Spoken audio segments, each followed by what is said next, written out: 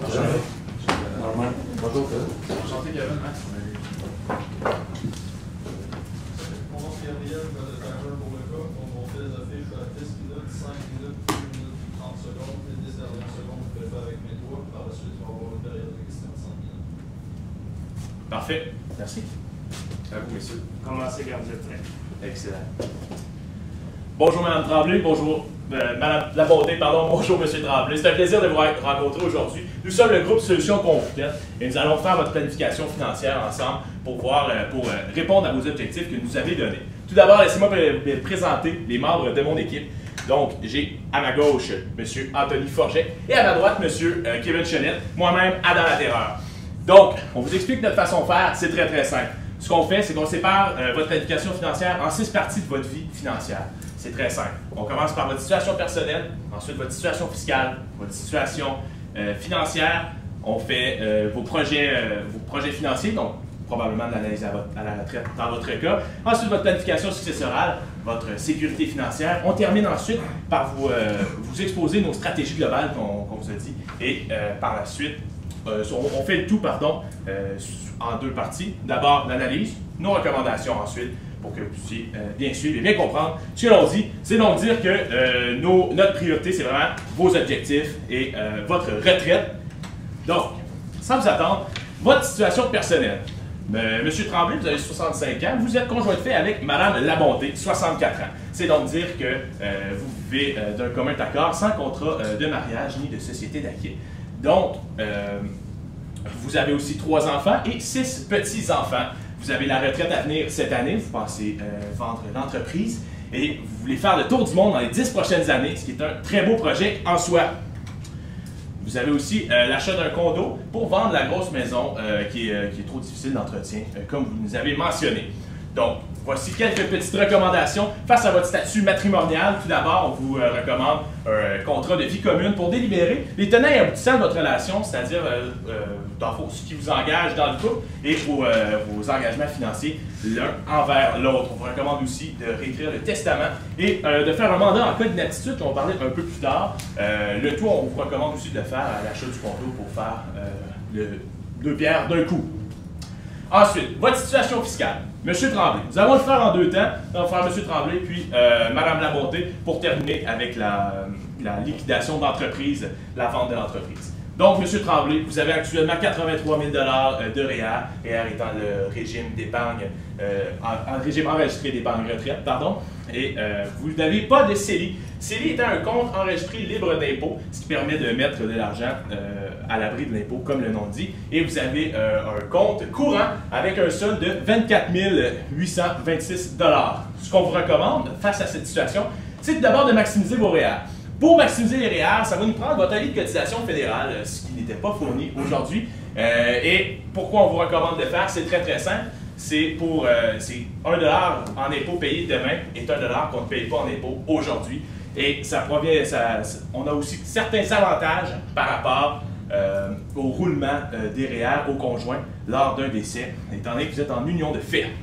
Ensuite de ça, on vous recommande de maximiser vos CELI. Donc, en 2017, nous avons droit à 52 000 $ tout rond. En effet, comme il est affiché à l'écran, 52 000 $ libres d'impôt pour mettre les intérêts à l'abri.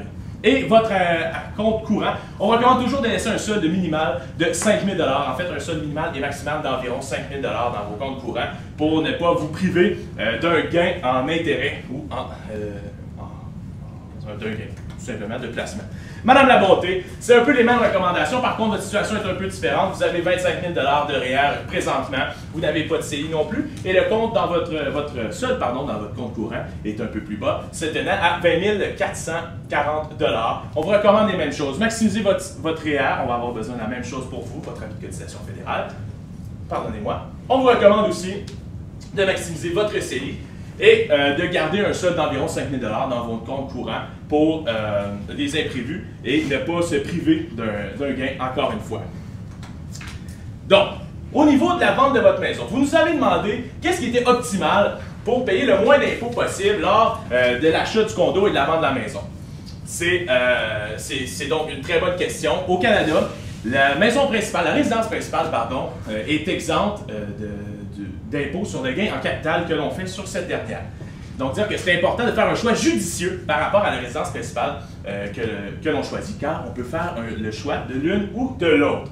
Ce qu'on vous recommande, c'est très simple, c'est de mettre votre chalet comme résidence principale. Le calcul est extrêmement simple.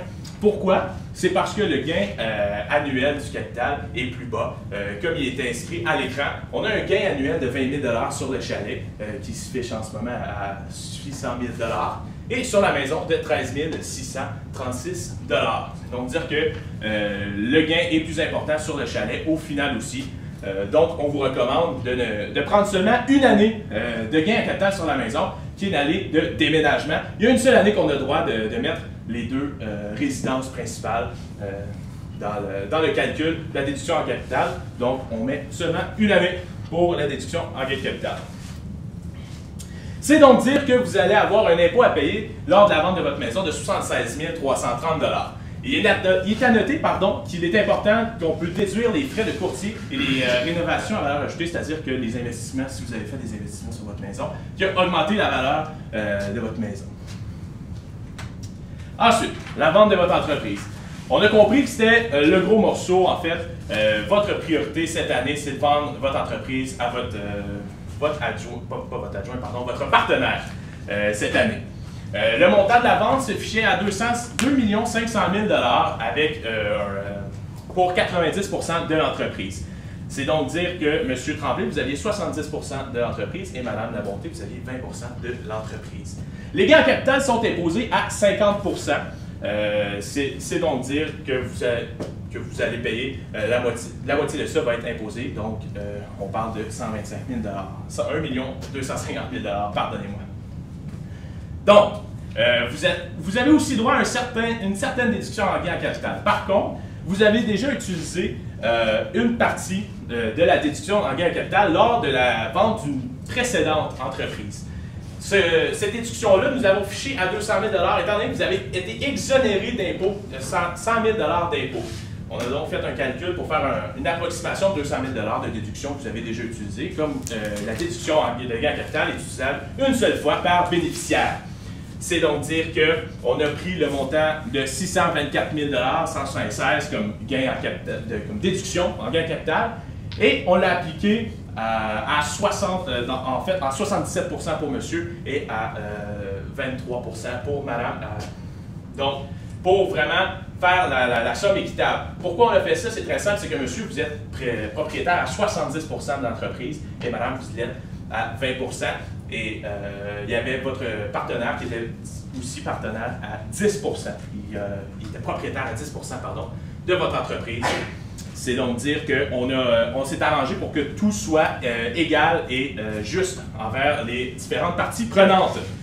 On vous invite aussi à voir l'annexe numéro 1 pour répondre à vos questions. On a mis le détail de nos calculs ainsi que le gain qui va être fait. En fait, le gain final est de 2 166 373 pour les deux ensemble et il est déconstruit en fait avec le calcul dans l'annexe numéro 1 que je vous invite à regarder avec les montants d'impôts. Si vous avez des questions, je vous invite à me les poser plus tard. Donc pour ce qui est de la situation financière, donc vous avez en ce moment un portefeuille d'actifs qui est beaucoup misé sur la croissance. Donc on parle de 80 % de croissance. Pour ce qui est de la retraite, on va dans le fond modifier ce portefeuille-là pour le mettre un peu plus à revenu, vu que l'échéance est courte, là, dans le fond, pour retirer les sommes. Pour ce qui est du CELI, vous n'en avez présentement pas. Mon collègue vous en a parlé plus tôt de le maximiser pour faire des intérêts à l'abri de l'impôt. Puis, on sait que vous avez pris un salaire à chaque année pour maximiser votre régime de rente du Québec et la pension de sécurité de vieillesse. Donc, le régime des rentes du Québec, ça va être de 13 370 chacun. Et la pension de sécurité de vieillesse, c'est de 6 846 chacun également. Par la suite, pour ce qui est des REER, là, vous avez 25 000 pour vous, madame, et 83 000 pour vous, monsieur. Par la suite, vous avez des soldes sur des cartes de crédit. Donc, si on totalise les deux soldes ensemble, on arrive à un 12 600 en crédit en ce moment.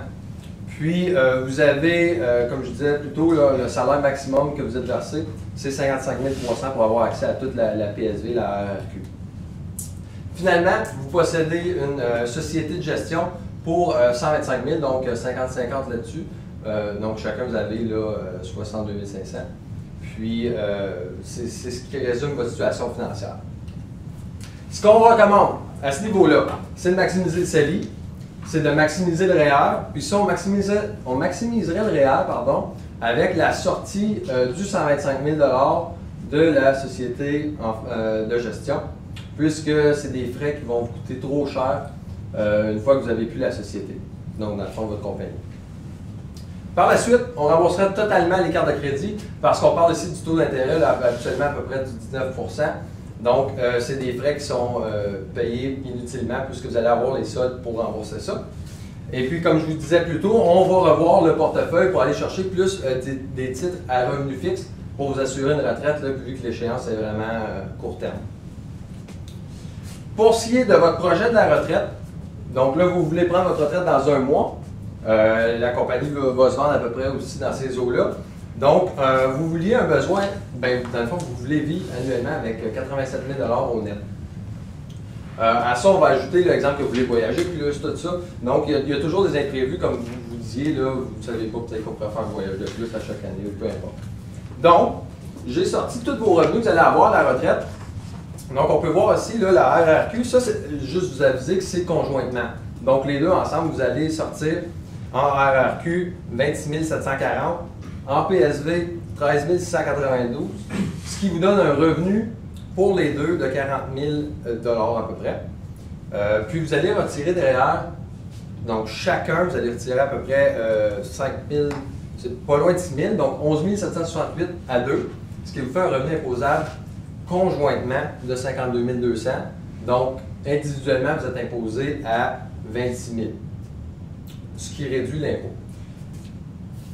Justement, je parlais d'impôt, donc on parle d'un taux d'imposition de 28,53 à ce salaire-là, ce qui vous donne un revenu net de 37 000 conjointement, encore une fois. Puis, on ajoute à ça tous les gains qui ont été faits avec la compagnie, tous les placements qui sont déjà non enregistrés. Donc, on parle ici du CELI et du non enregistré, que quand on va retirer, on ne paye pas d'impôt là-dessus. Donc, on peut aller chercher 114 000 annuellement dans ces placements-là, ce qui vous fait un revenu annuel total net possible de 150 000. Donc, c'est nettement supérieur aux 80 000 que vous avez besoin, 87 000 que vous avez besoin, pour faire vos voyages et tout ça. Ce qu'on vous recommande, c'est pas de sortir la totalité de 140 000 que vous avez droit annuellement, là, si on met ça sur la retraite de 25 ans que vous voulez faire. Ça serait d'en laisser le plus possible là, pour que ça continue à croître et avoir plus d'argent. Par la suite, ces prévisions-là ont vraiment été faites avec un taux de rendement de 4 % avec le nouveau portefeuille, puis le taux d'inflation de 2 %. Maintenant, on va parler de votre planification successorale. Étant donné que vous êtes un couple, au fil du temps, vous avez accumulé plusieurs actifs en commun. C'est pourquoi les liquidités successorales seront probablement seulement accessibles en majeure partie au décès du dernier conjoint. Nous avons donc décidé de faire une analyse de la planification successorale globale plutôt qu'individuelle. Tout d'abord, nous avons inclus vos deux valeurs nettes. Nous avons ajouté les deux valeurs nettes de chacun, de M. Tremblay et de Mme Labonté. Nous avons additionné à ceci le produit de disposition sur votre commerce.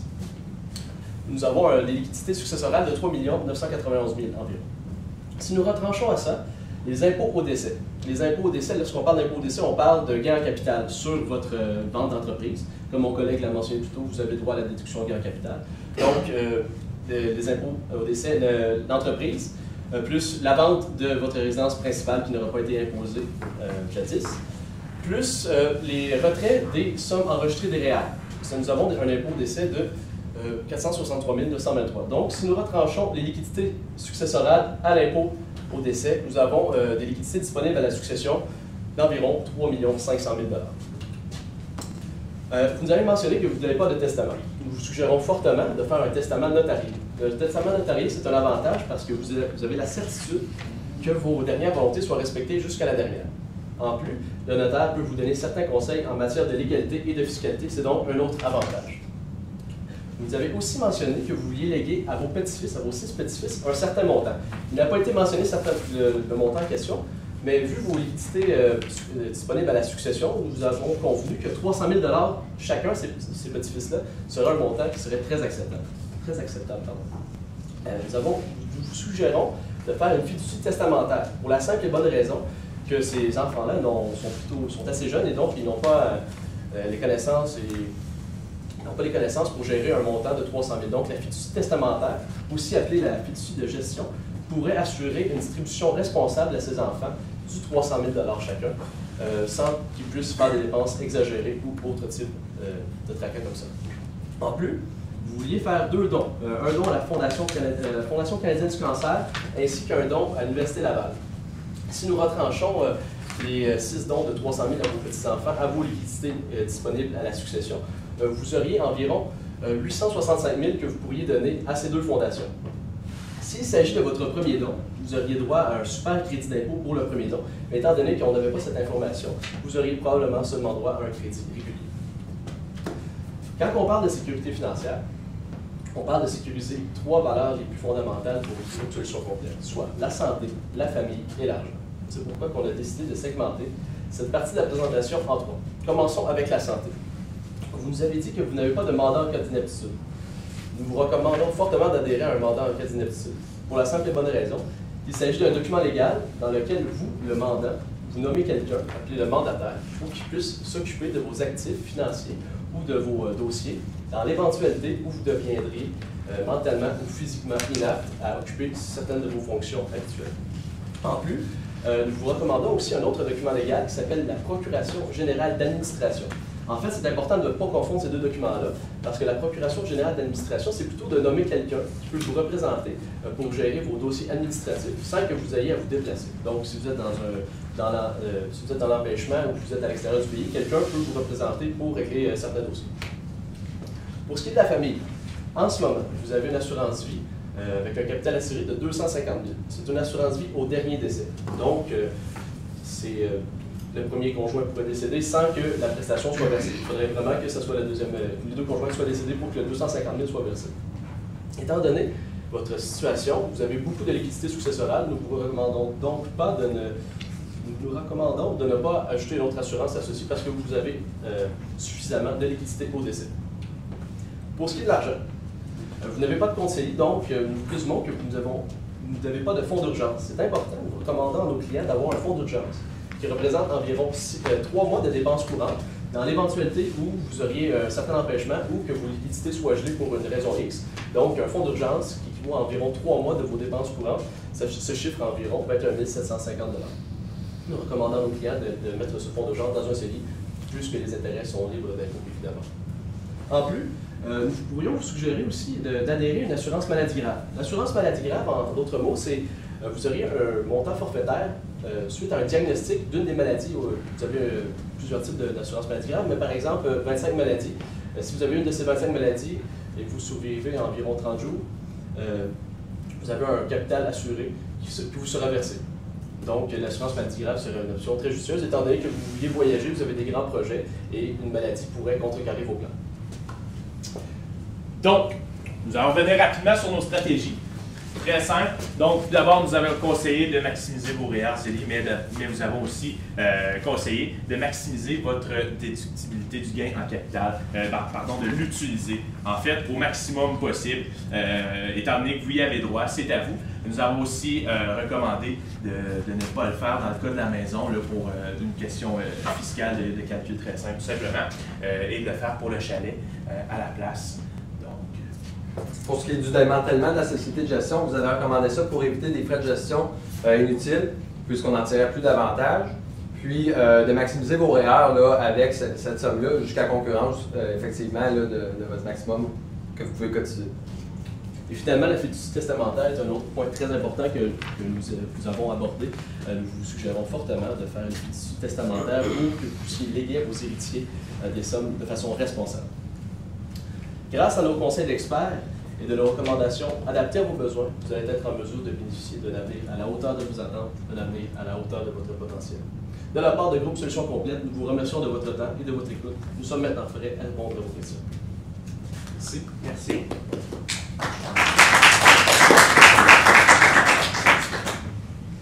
Vous avez mentionné que le portefeuille actuel n'était pas peut-être pas propice là, à une situation plus à la retraite, comment modifieriez-vous le portefeuille? Quelle modification apporteriez-vous? Étant donné le profil d'investisseur, c'est important de prendre en considération l'horizon de placement. Étant donné que M. Tremblay prend sa retraite dans environ 1 mois et que le portefeuille est constitué principalement de croissance, si le marché des actions, le marché principalement en croissance, donc beaucoup d'actions, si le marché des actions chute, donc le REER de M. Tremblay suit le marché, il va chuter aussi. Nous recommandons à M. Tremblay d'avoir un portefeuille plus sécuritaire constitué de revenus fixes et de liquidité. Peut-être un peu de croissance encore, mais diminuer le taux de croissance en ce moment. Je pense que c'est 80% de croissance, peut-être réduire ça à 20% environ, pour avoir un peu de rendement, mais réduire largement le risque. Et donc, vous suggéreriez un portefeuille à peu près 80-20, mais en sens inverse? Effectivement, ça serait logique selon nous, puisque l'option de placement est très très court, c'est ce qui serait plus logique. Est-ce que le temps serait pas propice pour le faire selon le marché actuel? En ce moment, le marché canadien a battu des records l'année passée. Peut-être qu'il est à son sommet. Le TSX est assez très très haut, donc il y a plusieurs chances plus de chances qu'il baisse qu'il monte encore, selon notre analyse. Donc, voyons que c'est le temps, c'est environ le temps. Là. Il a pu profiter de la croissance du marché, donc il pourrait se retirer un petit peu pour pouvoir diminuer son risque. Sortir des billes. Oui, c'est exactement les mots que je cherchais. Je ne suis pas certain d'avoir compris l'explication au niveau du chalet et de la résidence. Un gain en capital annuel quand tu vends quelque chose, c'est quoi ce concept-là de gain en capital annuel? En fait, je vais juste revenir à la... Et voilà. En fait, lors de la vente de la maison, comme on expliquait, la résidence principale, elle est exempte d'impôt, elle n'est pas imposable. D'accord. Donc, pourquoi on l'a ramené en année, c'était tout simplement pour simplifier la chose, pour illustrer que le gain au total, c'était mieux de prendre la déduction sur le chalet et non pas sur la maison. C'est-à-dire que le gain global aussi est plus grand sur le chalet, le gain global est plus grand et plus petit sur la maison. Ce qu'on a fait, c'est qu'on l'a divisé en années pour s'assurer d'avoir le bon gain en capital annuel. Qu'est-ce qui prend le plus de valeur en un an? C'est ce qu'on voulait s'assurer pour aller chercher la plus grande déduction. OK. Mais moi, je le regardais d'une autre façon, peut-être que je me trompe, là, mais allez-y. Pourquoi je donnerais 76 000 au gouvernement maintenant alors que je pourrais le prendre puis l'investir puis faire des rendements? Puis si je n'ai pas l'intention de vendre le chalet, je paye de l'impôt pour rien. C'est une très bonne façon de voir la chose, monsieur. En fait, là où peut-être je vous contredirais, j'ai pas malheureusement calculé l'impôt qui serait à payer sur la vente d'un chalet sans déduction. Mais je peux vous garantir qu'avec un chalet à 600 000 puis une maison à 520 000, le montant va être plus grand. Mais votre raisonnement est extrêmement logique. J'y adhérerais. Par contre, dans ce cas-ci, je vous conseille quand même de prendre la plus grosse déduction qu'on peut. Vous parlez de maximiser CELI REER. La provenance des sommes qui vont venir maximiser provient de où dans la stratégie comptable d'implanter? C'est ça, c'est dans la fermeture vraiment de la société de gestion. Il y a 125 000 qui est là. Là, écoutez, on n'a pas les sommes qu'on peut cotiser au REER parce qu'on n'a pas les avis de cotisation. Puis là, on ne voulait pas commencer à mettre des chiffres comme ça. Là, donc, on attendrait vos avis de cotisation pour savoir combien. Mais 125 000 c'est quand même une grosse somme. Donc, ça doit être capable de maximiser les REER. Dans le cas contraire, ben, il va y avoir l'amende de la business là, qui va vous apporter beaucoup de liquidité, qu'on peut maximiser certainement les REER là, avec cette somme. Puis dans la stratégie d'allocation d'actifs, on parlait de 80-20 à 20-80. Suivant cette même logique-là, on sait que les REER, des CELI, vous avez parlé de non enregistrés, vous voyez la répartition de cet actif-là, de quelle façon dans ces trois régimes-là, en termes de gains qui sera réalisé, de quelle façon est-ce que vous le percevez? C'est certain qu'on va privilégier les régimes enregistrés jusqu'à concurrence de la maximisation. Ensuite, on n'aura pas le choix de les laisser non enregistrés, c'est certain. Okay, puis en termes de ce qui sera généré, le gain qui sera généré par l'entremise des placements, parce qu'on veut qu'il en fasse ce travail de temps, est-ce qu'il y a une façon plus stratégique qu'on pourrait exploiter le type de placement? Nécessairement, si vous me permettez, je mettrai les produits enregistrés dans la portion croissance, si c'est ce que vous cherchez à savoir. Là. Donc, le 20% croissance, c'est la partie où j'irai mettre les produits enregistrés, REER, CELI, le non enregistré dans la partie plus fixe. Merci. Je reviens sur le 125 000 dans la gestion. Là, je vais sortir 125 000 de ma gestion, je vais payer entre 30 et 50 d'impôts. Je vais prendre ça, mettre ça dans le REER, je vais avoir la même économie d'impôt, je n'ai rien réalisé. Pourquoi vous me recommandez de faire ça? Je suis bien mieux de le laisser dans la gestion puis de faire profiter ce capital-là. Parce que ma contribution réelle ne me donne absolument rien, puisque je vais payer cet impôt-là en sortant de la gestion. En effet. La raison pourquoi on sortirait, c'est vraiment à cause des frais. C'est énormément de frais là, dans la société de gestion. C'est pas là pour bénéficier d'un avantage fiscal. C'est vraiment là quand on a une business puis qu'on veut mettre des sommes à l'abri des créanciers puis qu'on veut les cacher dans le fond, les sommes. Pourquoi qu'on le ferait? Éviter les frais. Puis dans le fond, pourquoi on le mettrait dans le REER? Pour éviter l'impact de sortir le 125 000 justement de la société de gestion à la fin. Merci beaucoup. Merci beaucoup, messieurs. Merci à vous. Merci.